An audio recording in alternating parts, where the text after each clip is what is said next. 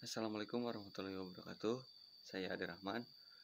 Saya akan mengulas atau membahas tentang uang dalam pandangan Islam. Uang merupakan, di sini saya mengutip dari Ustadz Syamsuddin Anhar. Beliau merupakan dosen di STIE Ahmad Dahlan. Jadi ada 3. Uang merupakan nilai jual. Uang merupakan alat tukar, alat transaksi, dan alat pembayaran. Jadi uang di sini merupakan alat. Lalu apa kaitannya dengan uang dalam pandangan Islam? Uang di dalam Islam dikenal dengan 2, yaitu dinar dan dirham. Di mana di setiap dinar dan dirham itu memiliki value, nilai tersendiri dari bentuk uang itu sendiri. Bentuk uang itu sendiri terbuat dari nilai. Ini membahas tentang nilai. Bahan uang itu sendiri, yaitu bahannya ada emas dan perak, di mana emas dan perak secara kandungan utamanya memiliki nilai jual yang sangat tinggi.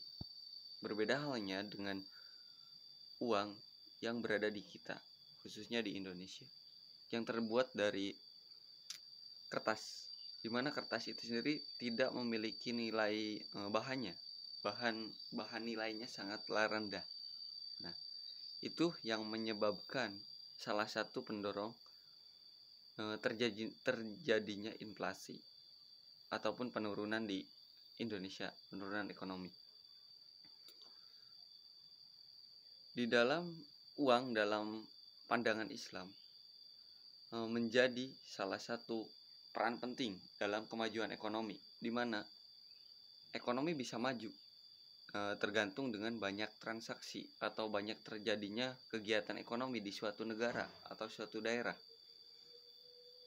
Kenapa disebut seperti itu?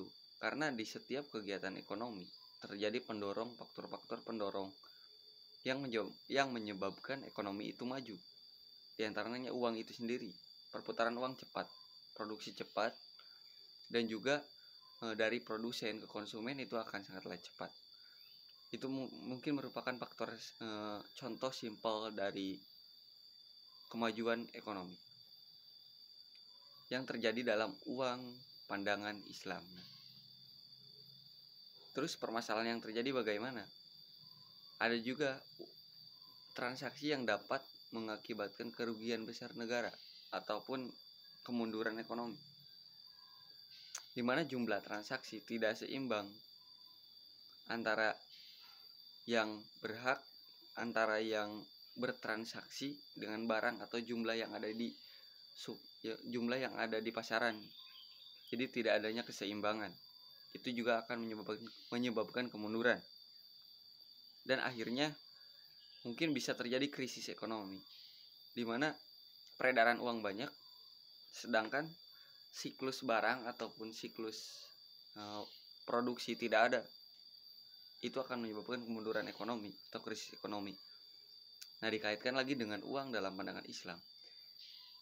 Jadi, yang ditekankan di sini adalah nilai pada uang itu sendiri ataupun nilai pada bahan itu sendiri. Karena yang diterapkan di zaman Rasulullah ataupun zaman para sahabat itu dinar dan dirham. Jadi yang ditekankan adalah nilai dari bahan. Jadi ada emas dan perak, di mana harga itu terus naik. Sedangkan yang kita buat, yang di sini yang beredar adalah kertas, di mana emang kertas itu merupakan bahan yang terbaik. Kertas memang kertas pilihan, tapi kan dari segi value-nya tidak ada. Mungkin itu sedikit penjelasan saya tentang uang dalam pandangan Islam. Mohon maaf apabila banyak kekurangan. Wassalamualaikum warahmatullahi wabarakatuh.